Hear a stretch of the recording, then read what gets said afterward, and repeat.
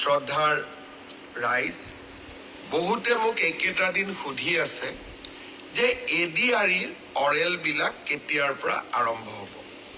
আপোনালোকে জানে যে ADREত বিশেষ কেইটামান পৰীক্ষা অনুষ্ঠিত হৈছিল। প্ৰথম আছিলে গ্ৰেড 3 ড্ৰাইভাৰ, ষ্টেনো আৰু ইলেক্ট্ৰিচিয়ান অৰ্থাৎ APDCLৰ কাৰণে।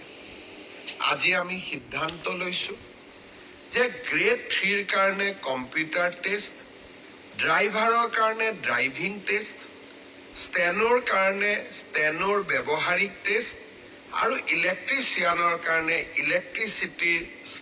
ইলেক্ট্ৰিচিয়ানৰ স্কিল পৰীক্ষা কৰাৰ যিটো পৰ্যায়, তাক আমি 15 জুনৰ পৰা আৰম্ভ কৰিম।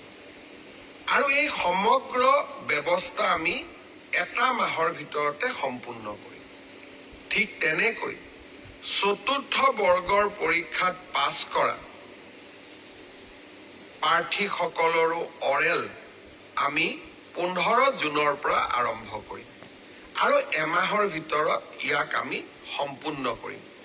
অলপ আজি বা কালি বা পৰহি ৰাজ্য চৰকাৰে আপোনালোকক আনুষ্ঠানিকভাৱে দিন আৰু বাৰ আপোনালোকক জনাব।